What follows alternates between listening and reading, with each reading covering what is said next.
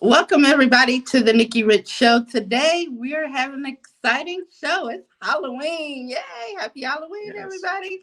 We have a featured guest. I'm so excited to welcome Hollywood's own Maurice P. Kerry. We're going to talk about all his upcoming projects. I mean, he has amazing projects, so much in store, and I'm honored to have him here. But guys, I want you first to let everybody know that you can follow us at Nikki Rich Show TV on Instagram, Twitter, and Facebook, and log on to our website, thenikkirichshow.com. And, with no further ado, I'm excited to welcome none other than Maurice P. Kerry. Welcome. How are you doing? I'm spectacular, madam. How are you? How are you?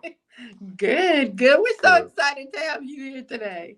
Good. I'm really excited and glad to be here.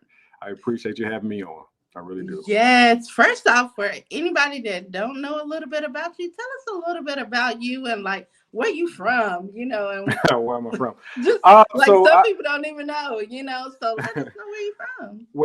I'm born and raised in Atlanta, Georgia. I'm a Southern boy. I got all the Southern charm and hospitality. Born and raised in Atlanta, Georgia. I joined the Marine Corps when I was 20 years old. So, I'm a war veteran, single father, actor, artist, personal motivator, I love working out, long walks on the beach, all that. Most definitely. Well, I tell you, you are buzzing around Hollywood. You have a new show out on NBC that airs tomorrow. Tell us a little bit about it. Yeah. So tomorrow, 10 p.m. Eastern Standard Time, I'll be on Ordinary Joe. Um, I'll be playing Officer Winnick. And it was really, really a wonderful experience. I hope everyone is able to tune in and check that out. It was somewhat of a personal experience for Hmm. myself, or the role itself was personal because it deals with things that a lot of us who are a little bit older and remember 9/11. So it was really, really a fun role, um, and I just hope to do it again on the show. Can you see some of yourself in this role? I would say. Absolutely. See, the thing is, you can ask anybody who was around at that time, like, what were you Hmm. doing when the towers fell, or where were you? And most people know, and that's kind of what I tapped into with this, and also with it, in this one, I'm playing a cop, and in real life, I was a Marine, and so I dealt with the aftermath of the towers and things like that, and so I had things to draw from. I had memories, experiences, just things to draw from to put into the character and make the character my own. What was it like working with the other cast? They were wonderful. I literally I worked on set for 2 days. I have two scenes in the episode, and I worked 2 days. And other times I've been on different shows, and they always say, leave the main cast alone. Say your line, go home. Say your line, go home. you know? And so this was one of the rare occasions that I was able to, befriend and really just sit with and talk to and get to know. And it was wonderful. The experience, it was very, very different. I really loved working with Peter Hedges, the director, the star of the show. The star of the show. Oh my God, I just drew a blank. Wow, he's the star of the show, and I just totally drew a blank. But the star of the show, and just Charlie Bennett. He was really, really a kind person. Just a wonderful experience. Wow, and watch when I stop thinking about it, his name's gonna come to me. It's I gonna promise. come up. I hate when that happens. And speaking of star of the show, you were the lead actor also on Urge. Being the Absolutely. lead, I mean, that's pretty major. Yeah. It was honestly, it was my first lead role in a feature film, and I did get an opportunity to uh, feel that weight. You know, it's a lot of weight, it's a lot of responsibility, Hmm. and I've been supporting in different films, I've been co-starring in different shows, but having the opportunity to be the lead and having that weight and that responsibility and knowing that it falls on you, your face is out there, your face, your Yes. name, and also with the director, it was his first film, Wow. him and his wife's first feature film, and so that was even more. And to be able to do that and then triumph and make it through and succeed in it, it just kind of lets you, it kind of validates you a little bit, let you know, okay, you good. So you And for straight. those who want to know, it was released on, October the 29th too. Just came out. Well, they played it the because it was actually three premieres. The first premiere was on the 28th. Hmm. I attended the one on the 29th, and we're doing another on the 30th, and that's in South Carolina.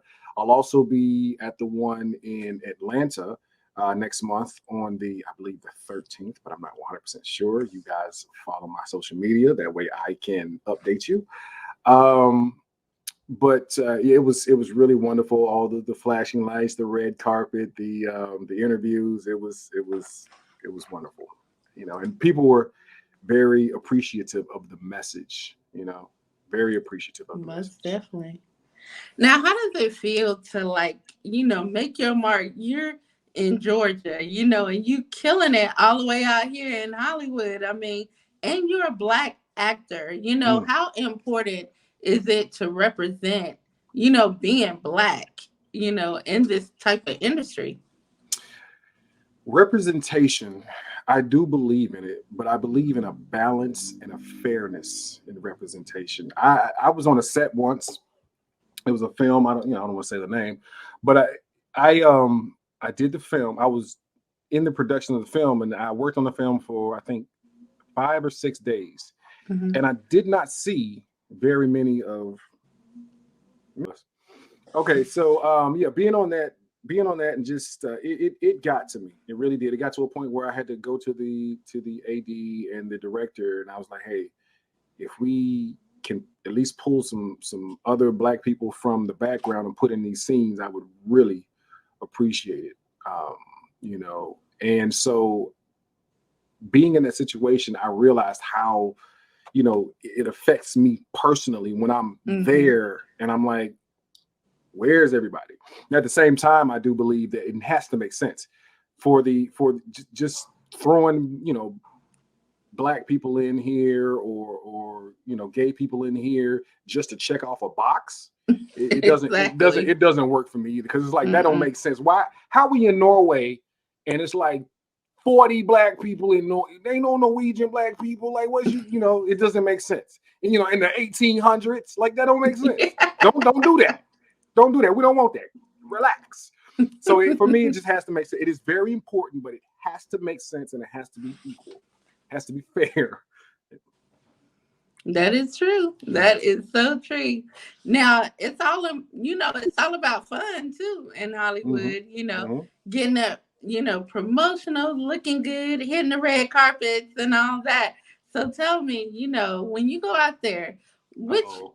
I would say red carpet has been your favorite. I'm gonna be honest with you. Mine. I'm Okay. sorry. I'm sorry. I'm sorry. I'm sorry. It's mine. you know. I guess the reason for it is obviously, the premiere of a film that I'm leading in. Knowing that everyone came to kind of see, like, all right, what is he doing? How's it going? Doing the interviews, and what felt best, I guess, being on the red carpet for me was when people would ask, "Hey, can you stay a little bit longer to take pictures with me?" And that, it made me feel a little special. You want to take pictures with me? Oh, you know what I'm saying? So, I really appreciated it and loved it, and I thank Peter and Pam McNeil for putting me in that film and making me the lead. Man, I was in there at the last minute. I was the last person cast, last minute addition, because the original person dropped out, and so they put me in the game, and I knocked it out the park. Now you stay working, I don't see how you balance out family life and work life. How do you do that? very carefully. Um, so for me, sometimes I think that I'm kind of late in the game when it comes to excuse me. Sometimes I feel, somewhat late in the game when it comes to acting, because I've been a full-time single father for the past, my daughter's 12, 11 years now. Mm-hmm. And until she got up to an age where I could, I could trust her, like, baby, you gonna be okay? You good? Teach her how to do what she needs to do. I wasn't really able to move around. There was a time when my mother was in Atlanta, and she was nearby, and she would help. My mom would help, but she recently moved to Florida, so it's a lot more difficult. So just juggling those things, it is work, it is effort, it is hope. I hope nobody find out. I hope ain't nobody calling. So no, and I have a very, very, my daughter she's so funny, and she's responsible, and she's smart, straight A student. So there's trust in there too. Like, so that's my little girl though. That's my baby.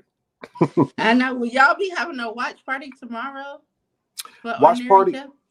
Joe? You know what? I didn't think of that. That would actually be a really great idea. Let me tell you something. You still got time. I know, but look, let me tell you.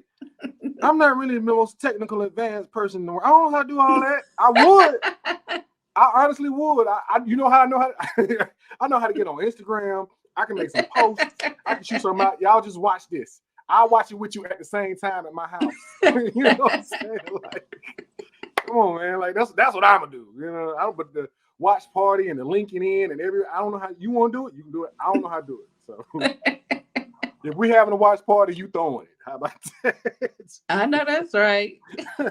Now, what can we expect coming up? I know the fans want to know what you got next. Any more projects you working on right now? There are a few. There's some that I cannot talk about. Okay. But there's some films that will be coming out next year. I have a role on The Staircase. I have a role on Florida Man. Also, let's see. Oh my goodness, I'm sorry. And I also have a role on The First Lady. I'll be acting opposite of Miss Viola Davis. I'm really looking forward to that one. She's playing Michelle Obama, and I play Michelle Obama's personal trainer. So love Miss Viola you training Davis. in the back right there. Oh, you see that? You see that? Hold up. Hey, you got to get that fitness in where you can get it. Hold up. I'm moving too much. Focus. All right, there we go. No, you got to get it just like you said. The time, the scheduling, the parenting, the acting, the training is right. Like, baby, you do your homework. You know what I'm saying? I'm on my little lip. So I got to do what I got to do. Well, definitely. Now, where can they find you at? Social media? Anybody want to connect with you or get you on their red carpet? Absolutely. You know what? It's you can always Google me, Maurice P. Kerry, and I just pop up everywhere. But I'm most active on Instagram. I'm really, really active on Instagram. Yes. But it's at Maurice P. Kerry on Instagram. That's MauricePKerry. Because I said so. You come right up on everything. All day. Well, I just thank you, Maurice, for being our featured guest today. And everybody get to learn all about everything you got going on. It's such a pleasure to talk with you. We hope to bring you back and, keep in tune with everything you got going on. Yes, ma'am. It was an absolute honor and a pleasure to be here with you. Thank you. Yes, and we're going to be blasting it, letting everybody know about Maurice here. Ordinary Joe, we're going to be watching and cheering you on. All right. Ordinary Joe, season 1, episode 7, 10 p.m. Eastern Standard Time on NBC and Hulu. Well, thank you so much for, being our guest again. And for everybody, thank you for tuning in to the Nikki Rich Show. Make sure you subscribe to Nikki Rich, the number 2. Check us out, theNikkiRichShow.com. And follow us at Nikki Rich Show TV on Instagram, Twitter, and Facebook, guys. Thank you for watching.